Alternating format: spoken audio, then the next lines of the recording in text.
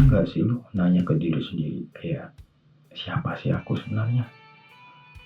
Kalau kamu ngerasa generasi Z yang lahir itu sekitar tahun 1997 sampai 2012-an itu. Nah, pertanyaan ini mungkin bisa muncul sering banget ya. Nah, kali ini saya akan bahas tentang mengenali diri dan mengembangkan potensi biar kamu nggak cuma sibuk cari jati diri, tapi juga bisa jadi versi terbaik dalam dirimu sendiri itu. Ada beberapa dari ini. Yang pertama itu, kenapa Gen Z sering galau soal identitas? Lu pernah ngerasain nggak? Kali ini, gimana ya? Kalian tahu kan, Gen Z itu lahir sekitar tahun 97 ya sampai 2012 dan tumbuh di tengah dunia yang sangat cepat perubahan digitalnya.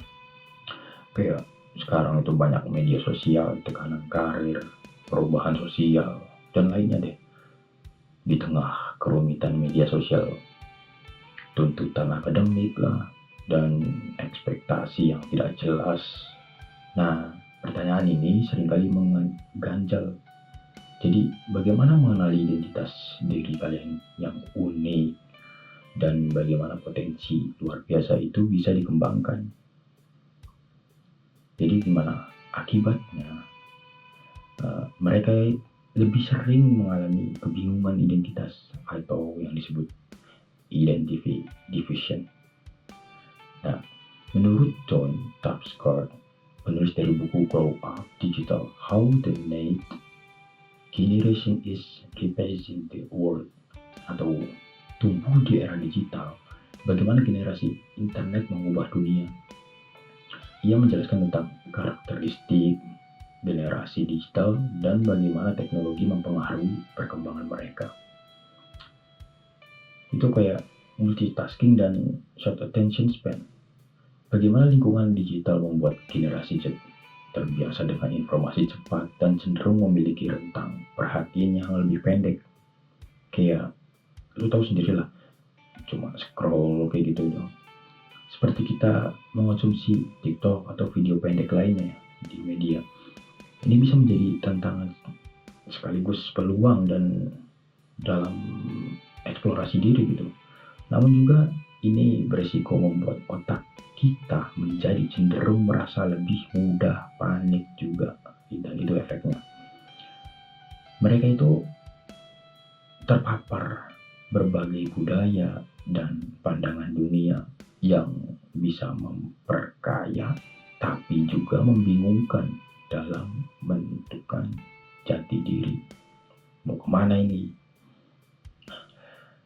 Ini pencarian otentistas. Nah, sebenarnya bahwa Gen Z itu sangat menghargai keaslian dan sering menolak kepalsuan. Ini mendorong mereka untuk mencari identitas yang sejati, bukan sekedar ikut-ikutan. Mungkin lo ngerasainnya. Coba di kolom komentar. Terangkan kayak gimana ya? Kayak media sosial. Bagaimana media sosial menciptakan identitas kurasi yang seringkali tidak merefleksikan jati diri atau diri sendiri yang sejati, memicu perbandingan dan bahkan fear of missing out atau yang kita sebut dengan FOMO. Terus ada lagi yang ekspektasi berlebihan dari orang tua, guru, hingga lingkungan. Generasi Z itu sering dihadapkan pada ekspektasi tinggi yang bisa menghambat eksplorasi diri. Mungkin lu pernah rasakannya seperti itu ya. Jadi perbandingan diri juga ini kayak bagaimana kita sering membandingkan diri dengan orang lain yang mereka lihat di media sosial, yang dapat merusak kepercayaan diri dan menghambat pengembangan identitas otentik yang ada dalam diri kalian sendiri. Ada satu sumber yang luar biasa ini, katanya Erik Erikson, soal teori perkembangan psikososial, menyebut fase remaja dan awal dewasa sebagai masa identity roles confusion. Jadi kayak ini adalah fase penting untuk menentukan siapa dirimu sebenarnya. Lalu kita lanjut yang kedua, mengenali diri. Jadi mengenali diri itu penting, atau self awareness, kesadaran diri. Nah, apa itu?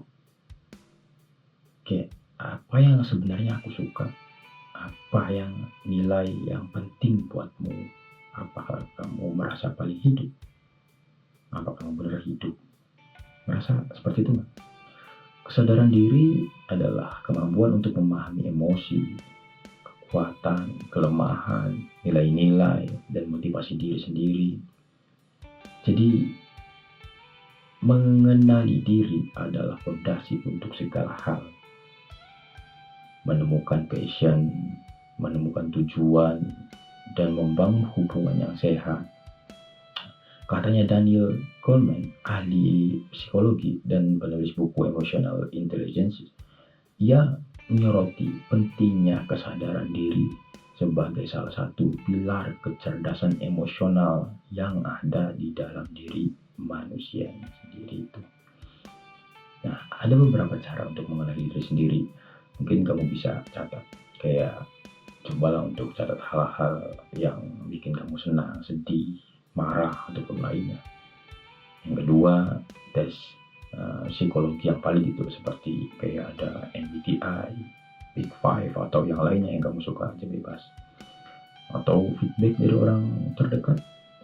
Kadang orang lain melihat potensi kita yang kita sendiri nggak sadar gitu. Coba kamu cari tahu. Yang keempat, coba tanya kepada orang yang lebih tua, teman, atau mentor tentang kekuatan dan kelemahan yang kamu miliki itu. Apa sih yang ada di dalam dirimu? Coba kamu tanyain ke mentor atau teman yang kamu percayai lah. Lalu yang kelima, tekankan pentingnya mencoba hal-hal baru. Kamu harus tekankan itu. Coba aja, kayak di sekarang ada AI, ada teknologi itu lebih banyak. Coba kamu belajar hal-hal baru, yang lainnya bebas. Kayak ataupun juga kursus online, hingga kayak proyek-proyek pribadi aja kayak gitu. Ini adalah cara yang terbaik untuk menemukan apa yang benar-benar kamu sukai dan kuasai. Kamu juga bisa kan cari kayak apa kamu suka dengan di bidang seni, ataupun kamu bidang olahraga, ataupun yang lainnya. Ada juga nih, menurut penulis buku Great The Power of Passion and Perceptions, katanya itu sangat penting untuk mengeksplorasi minat dan mengembangkan ketekunan untuk mencapai potensi penuh, seperti tes kepribadian populer yang tadi saya sebutkan, kayak MBTI, Big Five, seperti itulah. Ini hanya alat bantu ya. Tetapkan ini bahwa ini hanya alat bantu untuk kalian bisa menemukan jati diri, ataupun apa sih yang ada di dalam diri kamu, apa yang kamu sukai. Tidak menjadi patokan mutlak gitu. Kamu cuma telah lagi. Lalu kita lanjut yang ketiga, soal pengembangan potensi dari tahu menjadi bertindak.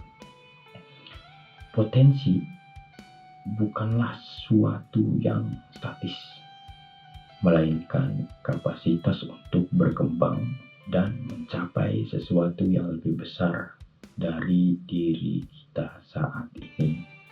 Oke, konsepnya growth mindset, kayak pola pikir berkembang, mungkin kalian tahu ya. Konsep ini dari Carol Dweck, ahli psikologi yang penulis buku Mindset, The New Physiology of Success, yang menjelaskan bahwa individu dengan pola pikir berkembang percaya bahwa kemampuan mereka dapat ditingkatkan melalui dedikasi dan kerja keras. Ini sangat relevan untuk generasi Z dalam mengembangkan potensi. Coba deh temukan minat, passion, apa yang bikin kamu excited meskipun capek. Mungkin kamu pernah ngerasainnya. Coba latih tujuanmu itu, seperti yang dijelaskan oleh Anderson dalam bukunya Big, latihan dengan tujuan dan feedback penting itu untuk berkembang. Jadi teman, lingkungan, komunikasi, semua itu membantu kamu tumbuh. Atau coba deh terus belajar dengan formal ataupun informal, kursus online, baca buku ataupun podcast, dengerin atau lihat video panjangnya dari YouTube. Bebas itu kamu bisa lakukan. Membangun keterampilan kayak identifikasi keterampilan yang ingin kamu kuasai, misalnya public speaking, coding, desain grafis, penulis, pelukis, penyanyi, atau bahkan sekalipun kayak olahraga. Cobalah cari mentor. Manfaatnya itu cari mentor, memiliki mentor yang bisa membimbing itu, memberikan kemasukan, memberikan kita masukan, memberikan kita bisa membuat evaluasi sendiri di dalam diri kita gitu. Yang keempat itu menjadi diri sendiri tanpa harus sama dengan orang lain. Kalau kalian tahu, dulu saya itu orang yang paling bersemangat di bidang seni. Saya pengennya main gitar, main musik. Tetapi semua teman-teman saya di lingkungan saya ini sangat bersemangat di bidangnya olahraga. Jadi saya hanya sendirian. Dulu saya belajar pulang sekolah ataupun capek pulang kerja, tiap hari seperti itu belajar. Tapi untuk yang sekarang jadinya mereka tahu bahwa saya itu emang bisanya di soal seni, tidak itu. Jadi suatu saat juga mereka akan menghargai kita sendiri. Nah, jadi coba, siapa sih kamu sebenarnya? Kenali dirimu, gali potensimu, dan jadi versi terbaik dalam dirimu. Nah, ada yang mau ditanyakan? Kalau ada yang mau ditanyakan, simpan aja di kolom komentar. Ya, oke. Pentingnya kesadaran diri dan pola pikir berkembang. Perjalanan mengenali diri dan mengembangkan potensi adalah seperti lari maraton, bukan sprint. Jadi coba aja kamu perlahan. Coba luangkan waktu untuk menulis atau apapun hal-hal yang kamu sukai tentang diri kalian lah. Selebihnya silahkan nantikan di video selanjutnya. Terima kasih. Bye-bye.